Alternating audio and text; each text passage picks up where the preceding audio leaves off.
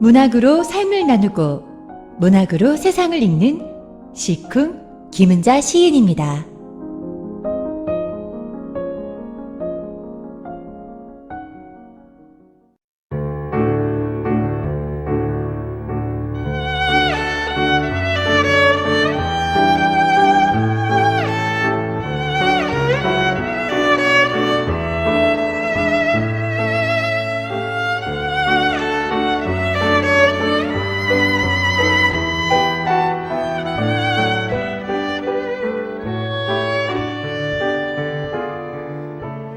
여러분 안녕하십니까?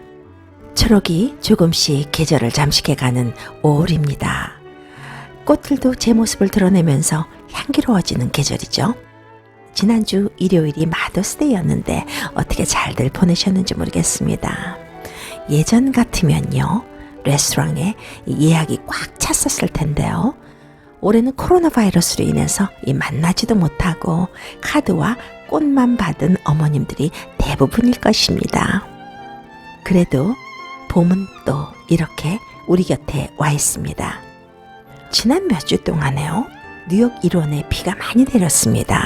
많은 시인들이 봄비라는 제목의 시를 많이 썼죠. 정호승 시인의 봄비라는 시의 첫 연이 생각나는 거예요. 어느 날 썩은 내 가슴을 조금 파보았다. 흙이 조금 남아있었다. 그 흙에 꽃씨를 심었다 라는 시요. 뉴욕 일원뿐이겠습니까? 미국 전체가, 아니 세계 곳곳이 코로나 바이러스로 힘든 시간을 보내고 있는 요즘입니다. 우리들의 고국 한국도 요즘 다시 코로나가 기승을 부리는 것 같던데요. 육체도 정신도 피폐해지기 쉬운 요즘인데 이 시를 생각하는 것은 이럴 때일수록 마음을 좀 가꾸어 보자, 정신을 가다듬어 보자 라는 희망 때문일 것 같아요. 마음을 재배하는 법을 비유적으로 잘 알려주잖아요. 어느 날 썩은 내 가슴을 조금 파보았다. 흙이 조금 남아있었다. 그 흙에 꽃씨를 심었다.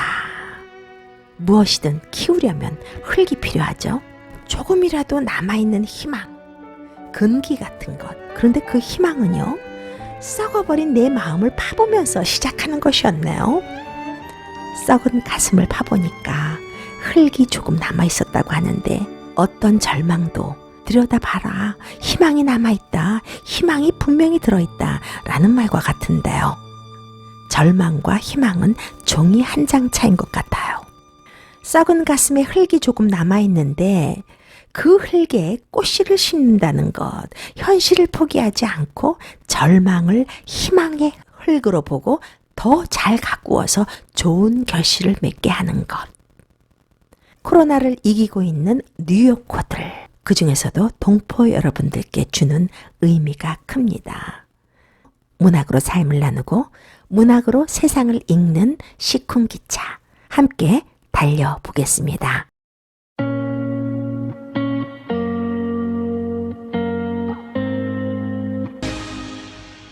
시 한 편에 저의 해설을 곁들여서 살아가는 모습을 들여다보면서 함께 화들짝 놀라기도 하고 짠해지기도 하면서 깊숙이 가라앉아 있는 감성을 재발견하는 시간이기도 해요.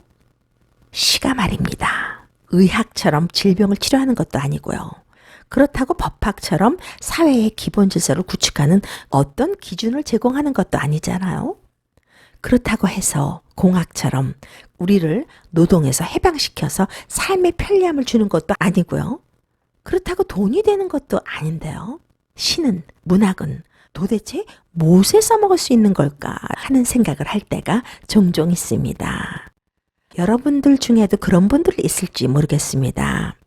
김현은 한국 문학의 위상이라는 책에서 그 답을 이렇게 말했어요. 문학은 배고픈 거지를 구하지 못한다. 그러나 문학은 그 배고픈 거지가 있다는 것을 추문으로 만들고, 그래서 인간을 억누르는 억압의 정체를 뚜렷하게 보여준다. 문학은 유용하지 않기 때문에 인간을 구속하거나 억압하지 않고, 또 따라서 실제 현실에서의 삶이 인간을 얼마나 억압하고 있는지를 오히려 드러낸다는 거죠. 이게 사람을 움직이잖아요. 시 한 편이 사람을 움직이잖아요. 그것이 또 문학의 힘이기도 하고요. 시 한 편 소개하는 시간입니다. 오늘 여러분들께 소개해드릴 시는요. 가깝게는 우리들의 남편, 더 나아가서는 남성, 가장들을 생각하게 하는 시입니다. 고경숙 시인의 바지를 널다라는 시입니다. 낭송 먼저 듣고 시 얘기 나누도록 하겠습니다. 오늘은 제가 낭송하겠습니다.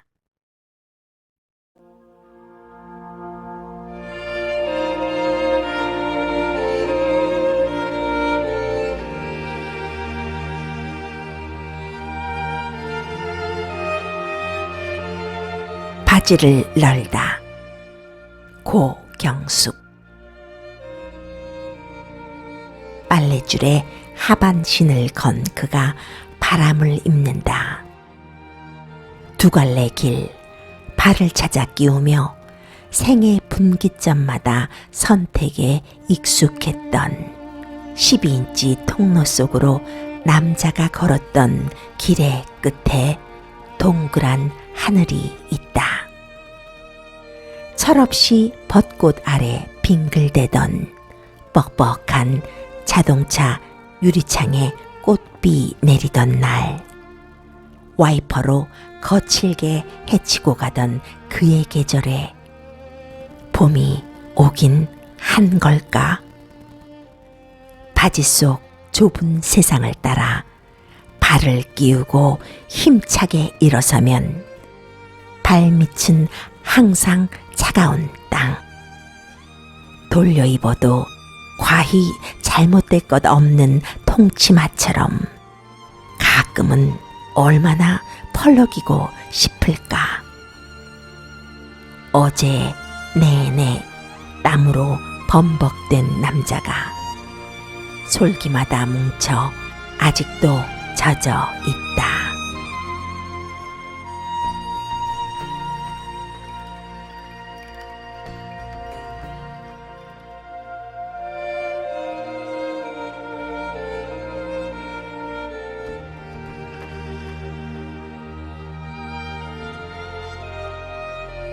현대를 살아가는 남자들의 모습이 애잔하게 다가오는 시입니다. 시대가 변하면서 요즘은 여자 같은 남자, 남자 같은 여자들이 오히려 멋지다라는 소리를 들으면서 환영받는 시대입니다.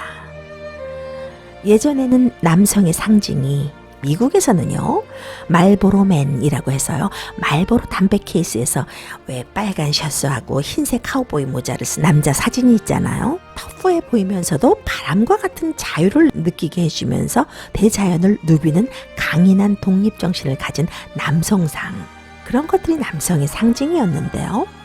이제는 시대가 변해서요, 현대의 여성들에게는 상냥하고 사랑스러운 남자가 이상형이라고 합니다. 산업사회 등장과 함께 남성이 더 이상 남성을 만들어내지 못하는 사회가 되어버리면서 초라해진 아버지, 어딘지 기가 죽은 것 같은 가장의 모습을 볼 수 있습니다. 시를 여러분들과 함께 조금씩 뜯어먹으면서 맛을 음미해 보기로 하겠습니다. 빨랫줄에 하반신을 건 그가 바람을 입는다. 두 갈래 길, 발을 찾아 끼우며 생의 분기점마다 선택에 익숙했던 12인치 통로 속으로 남자가 걸었던 길의 끝에 동그란 하늘이 있다. 이 시는 첫 귀절이 압권인 것 같습니다. 빨랫줄에 하반신을 건 그가 바람을 입는다. 그러니까 내가 말하고자 하는 남자가, 우리 모두가 집중해야만 하는 한 남자가 온몸도 아니고요, 반동강이 난 하반신만 빨랫줄에 걸려있는 겁니다. 그 납작한 하반신이 가만히 있어도 애잔한데 바람을 맞고 있는 거예요. 결핍이 느껴지기에 충분한 시기죠. 바지 하면 두 개의 구멍, 두 개의 통로가 있잖아요. 두 개의 다리를 시인은 두 갈래의 길이라고 표현했습니다. 두 개의 다리가 들어가는 두 개의 바지통을 시인은 두 갈래의 길이라고 표현했습니다. 이유가 있겠죠. 여기서 시인이 말하는 생의 분기점은요, 살면서 만나는 삶의 전환점이 아닌가 하는 생각을 해봤어요. 살다 보면 수많은 갈등과 선택 속에 살게 됩니다. 이것이냐 저것이냐, 삶이냐 죽음이냐, 그것이 문제로다 라는 말도 있잖아요. 선택하고 결정하면서 살아가는 우리들의 모습. 두 갈래의 길에 발을 찾아 끼우는 모습에 비교를 했어요. 그러면서 시인은 바지통 한쪽에 12인치 그 통로 속을 걸어가는 남자를 우리에게 그려줍니다. 그 좁고 깜깜한 길을요, 그것도 혼자서 선택이 아닌 선택을 하면서요. 놀라운 건요, 그런 가운데서도 희망을 말하고 있다는 거예요.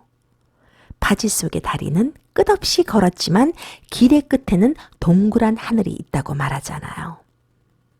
길 끝에 동그란 하늘 때문에 깜깜하고 좁은 통로를 지날 수 있었는지도 모르겠습니다. 다음 시기요. 철없이 벚꽃 아래 빙글대던 뻑뻑한 자동차 유리창에 꽃비 내리던 날, 와이퍼로 거칠게 헤치고 가던 그의 계절에 봄이 오긴 한 걸까? 바지 속 좁은 세상을 따라 발을 끼우고 힘차게 일어서면 발밑은 항상 차가운 땅. 돌려 입어도 과히 잘못될 것 없는 통치마처럼 가끔은 얼마나 펄럭이고 싶을까. 남자의 봄이 달리는 자동차 유리창에 꽃비처럼 왔다고 하네요.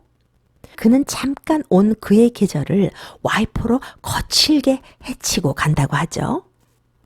그러면서 봄이 오긴 한 걸까? 라고 우리에게 되묻습니다. 그의 봄은 앉아서 즐기고 맞아들이는 것이 아니라 헤치고 나가는 과정일 뿐이다 라고 말하는 것 같습니다. 봄을 느낄 새가 없는 거죠. 그의 삶은 바지 속처럼 좁은 길을 따라 가고 있다라는 말입니다. 시인은 거기서 끝맺지 않습니다. 내가 그려내고 있는 이 남자는 삶의 전복을 꿈꾸는 사람이다 라고 말하고 있어요. 발을 끼우고 힘차게 일어서려고 안간힘을 쓴다고 말하잖아요. 세상은 항상 차가운 땅이었다고 합니다. 돌려 입어도 과히 잘못될 것 없는 통치마처럼 가끔은 얼마나 펄럭이고 싶을까라는 시기에 저는 잠시 멈춰보고 싶습니다. 그냥 보내줄 수 없는 시기예요. 남자로서, 가장으로서 삶을 짓누른 것들, 그것이 어쩜 남자이기 때문에, 가장이기 때문에, 아버지이기 때문에 숙명적인 굴레 같은 것이 얼마나 컸는지를 이 시기로 엿볼 수 있는데요. 많은 여자들이 그런 얘기를 합니다. 우리 아내의 외벽은 남편이라고.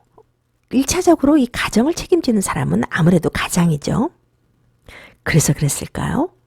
가끔은 이 바지가 통치마가 되어서 얼마나 펄럭이고 싶었을까 시인이 바지의 말을 대변해 줍니다. 마지막 삼행입니다. 어제 내내 땀으로 범벅된 남자가 솔기마다 뭉쳐 아직도 젖어 있다. 남편으로서, 가장으로서, 아버지로서, 한 남자로서 그 숙명적인 굴레 속에서 바지 속처럼 좁은 세상이지만 그 좁은 세상에 발을 끼우고 힘차게 일어나는 이 세상의 모든 바지들. 어제 내내 땀으로 일궈낸 그대들의 삶이 오늘이라고 끝나지 않는다. 그대들의 삶의 모습은 아직도, 아니 영원히 마르지 않는다 라면서 끝을 맺습니다.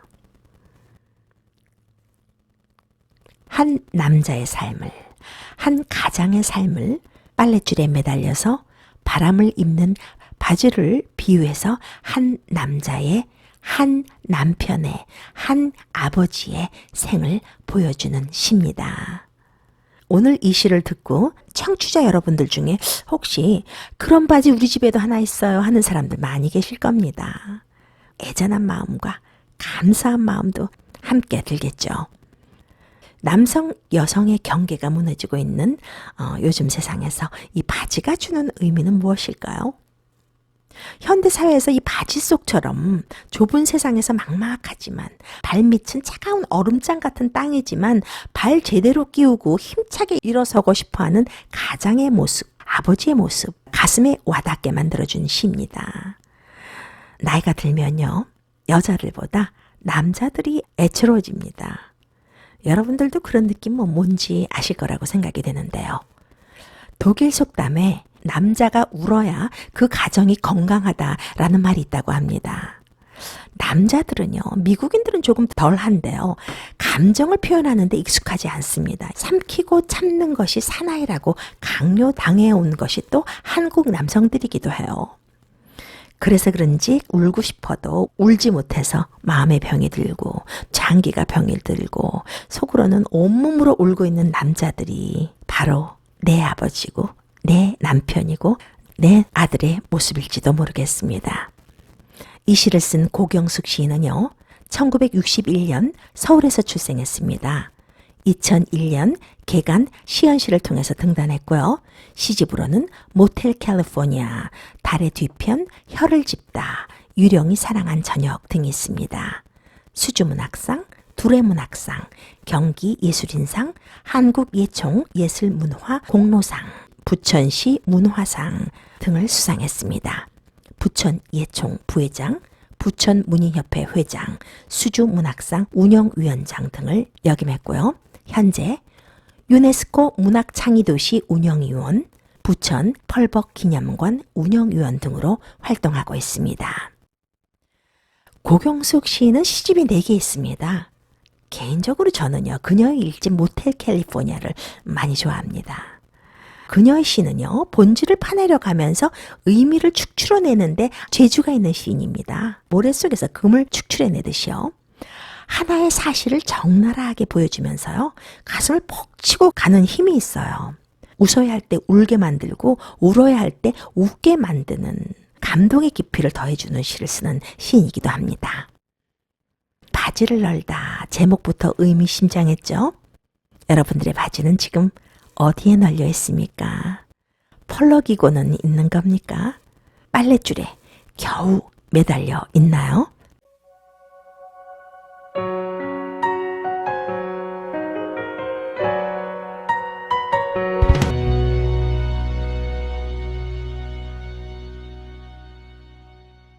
문학의 저변화, 문학의 전문화, 1660 AM, 뉴욕 K-라디오, 문학으로 삶을 나누고 시 한 편으로 세상을 읽는 동포사회 유일의 문학 프로죠. 시쿵을 청취하고 계십니다. 이 시간을 애청해 주시고 기다려 주시는 여러분들께 다시 한번 감사 인사드립니다. 더욱 아름다운 소통의 시간, 깊은 공감의 시간이 될 수 있도록 노력하겠습니다. 시를 함께 느끼고 그것을 통해서 나를 보고 우리를 바라보는 시간이기도 합니다. 문학 뉴스, 문학 저변에 일어나는 일들 등을 알려주는 시간입니다. 좋은 소식이 하나 들어와 있네요. 경북 영양군에 소설 삼국지 또 사람의 아들로 유명한 소설가죠. 이문열 작가의 문학관이 건립된다고 하네요. 경상북도 영양군 두둘마을에 이문열 문학관을 조성한다고 합니다. 두둘마을은 경북 영양군 석보면 원리리에 있습니다. 이문열 작가는 서울에서 태어났지만 두둘마을은 이문열 작가의 선대의 고향이라고 합니다. 리모델링 개념으로 만들어진다고 하는데요. 문학관으로 바뀌는 기존의 건물은요, 우리나라 최초의 음식 조리서, 음식 디미방을 집필한 장계양 선생의 예절관 유물 전시관이었다고 합니다. 이문열 작가의 대표 작품으로는 사람의 아들, 젊은 날의 초상, 또 뭐가 있나요? 영웅시대 등이 있죠. 이달 중으로 설계와 시공을 일괄 발주하고 또 오는 2021년 3월에 개관할 계획을 하고 있다고 합니다. 작가의 도서와 친필 원고 등을 전시하는 문학전시관, 또 작품을 원작으로 한 영화 등을 보여주는 영상실 등을 만들고 집필실을 재현할 예정이라고 합니다. 그래서 서고는 2만여 권의 책을 갖춘 도서관을 만든다고 합니다. 문인들의 문학관이 지어지면요, 뭐 단순히 문학관 하나로 끝나는 것이 아닙니다. 그로 인해서 그 주위 동네도 활성화가 되고요. 그 주민들의 문화생활이 풍부해집니다. 늘 생각하는 일입니다만 모쪼록 우리 동포 사회에도 이런 것들이 좀 있었으면 좋겠어요. 한국 문인들의 개인 문학관은 아니더라도요. 민족 시인 문학관 뭐 이런 것들 가능하지 않을까 하는 생각도 좀 해보는데요.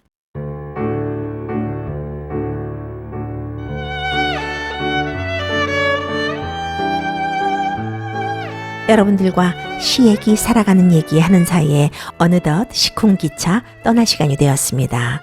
모쪼록 마스크 쓰기, 손 씻기, 사회적 거리두기 잘 실행하셔서 한 주간도 건강 잘 지키시기 바랍니다. 다음 주에 좋은 시, 더욱 풍성한 문학 이야기로 돌아올 것을 약속드리면서 지금까지 김은자였습니다.